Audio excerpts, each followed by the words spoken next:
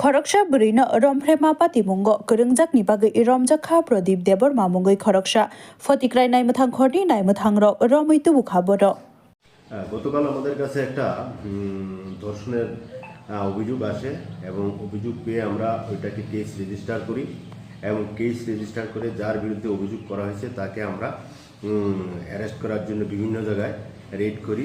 অবশেষে আমরা ফটিকরা হসপিটালের কাছে ওই আসামির এক রিলেটিভের বাড়িতে আমরা মোবাইলের মাধ্যমে ট্র্যাক করে ওইখানে রেড করি এবং ওই রেড করার পর তাকে পাই এবং তাকে আমরা অ্যারেস্ট করে নিয়ে আসি এবং যে 21% তার নাম হলো প্রদীপ দেববর্মা, বাড়ি ডেমডম।